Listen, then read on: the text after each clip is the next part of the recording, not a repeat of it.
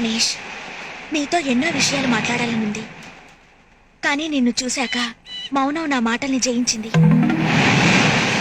ఇన్నాళ్ళు నేనొక శిలని, చదువుకి తప్ప ప్రేమకు కూడా చలించని బండరాయిని అనుకునేదాన్ని, గర్వపడేదాన్ని. కానీ ఈ రాయిలోనూ ఓ హృదయం ఉందని నువ్వే గుర్తించావు. రాగాలు అనురాగాలు పలికించావు. ఇష్టమైన వాళ్ల కోసం పడే బాధలోనూ సుఖం ఉంటుంది అంటారు. నేను నీ గురించి ఆలోచించడం మొదలుపెట్టి 24 గంటలు కాలేదు. అప్పుడే నిన్ను చూడాలని, నీతో మాట్లాడాలని ఎంతో తపన పడ్డాను. అలాంటిది ఈ 4 ఏళ్ల నుంచి నువ్వు నా కోసం పడ్డ తపన, నిరీక్షణ తలుచుకుంటే నా మనసు కరిగిపోయింది. అందుకే ఆడదాన్నైనా సిగ్గు విడిచి చెప్తున్నాను, I love you.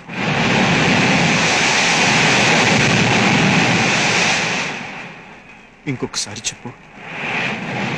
I love you. మరొకసారి చెప్పు. I love you. ఈ ఒకే ఒక్క మాట కోసం ఎన్నాళ్ళు బ్రతికాను. అవసరమైతే చావాలనుకున్నాను.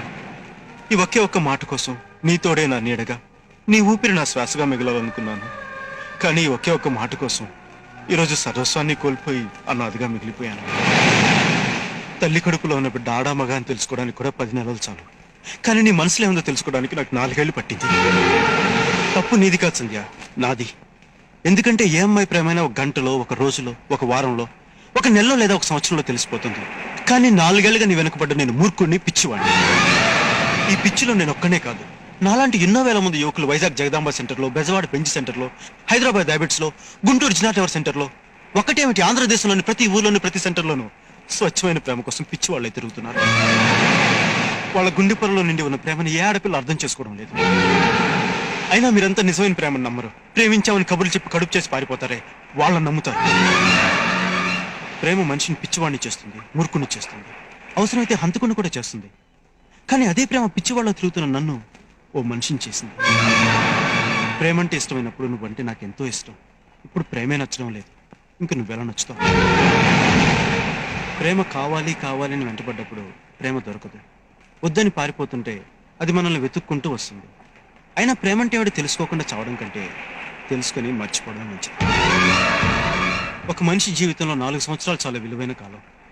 ఆ కాలంతో పాటు చదువుని, బాధ్యతల్ని వదిలేసి, పెద్దల మాటని పెడిచెవిని పెట్టి ప్రేమంటూ తిరిగి సర్వస్వాన్ని పోగొట్టుకున్నాను.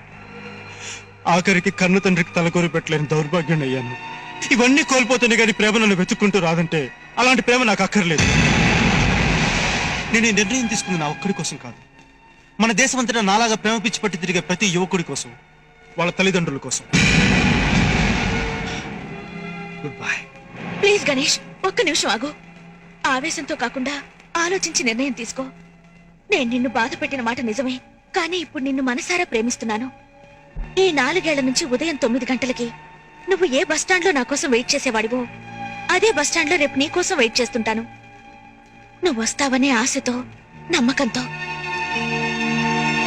గణేష్.